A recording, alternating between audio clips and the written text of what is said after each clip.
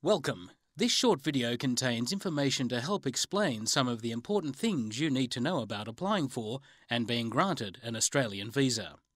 The department's website has lots of information about all the different Australian visas, their application requirements and obligations for visa holders. It's a good idea to find out as much as you can about a visa before you apply for it. Some visas are free, but most require you to pay a fee with your application. This is not usually refunded, even if your application is unsuccessful. Information, including costs, is on our website. Whether you apply online or use a paper application, the information you provide must be correct, as complete as possible, and include all supporting documents from the start. If it doesn't, your application could be delayed or refused, costing you time and money, as well as disappointment. For most people, and most temporary entry visas, the application process is relatively simple. If you do not feel confident in lodging a visa application, or if your circumstances are complex, you may want a migration agent or a lawyer who is registered as a migration agent to help you. In Australia, anyone who provides migration advice for a fee or reward must be registered with the Office of the Migration Agents Registration Authority. The authority's website has more information and a list of registered agents. Remember, it's your application and your information, even if someone else is helping you. There are many different kinds of Australian visas. There are visas that let you visit family, holiday, study, work, visit for business purposes or conferences, or live in Australia permanently. In simple terms, if you are granted a visa, you are able to legally enter and remain in Australia until a stated date or expiry date, as long as you follow the conditions of that visa. For example, you may not be allowed to work or can only work a limited number of hours. A visa may only allow you to leave and re-enter Australia a certain number of times, or it may only allow you to enter Australia once. It is very important that you understand what a visa will allow you to do or not to do.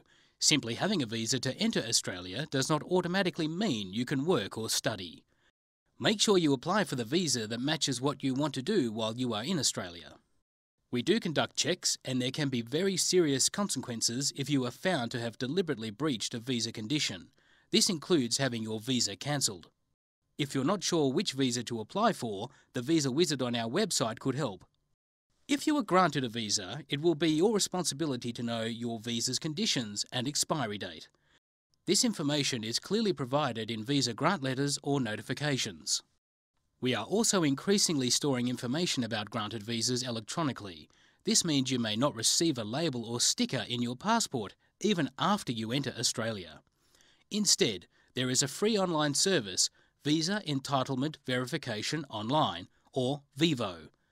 VIVO will let you, and with your permission, Australian employers or other organisations verify your work or study entitlements and your residence or immigration status while you are in Australia. Our website has more information on how to access and use the service. You will need to depart Australia by your visa's expiry date, unless you make other arrangements with us beforehand. If something happens which affects your immigration status while you are in Australia, please visit your nearest immigration office or phone us as soon as you can. For example, if you need to stay longer than your visa allows, or you realise your visa has expired, you want to apply for a different visa, or you have questions or concerns about your sponsor or your rights, then it's best to speak with us and seek advice.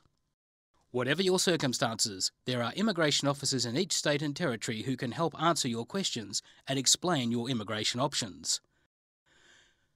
We hope this video has been helpful. If you still have questions, you can contact the department via email, phone, or by visiting one of our offices or overseas posts. Click on the Contact Us tab on the homepage. Good luck with your application.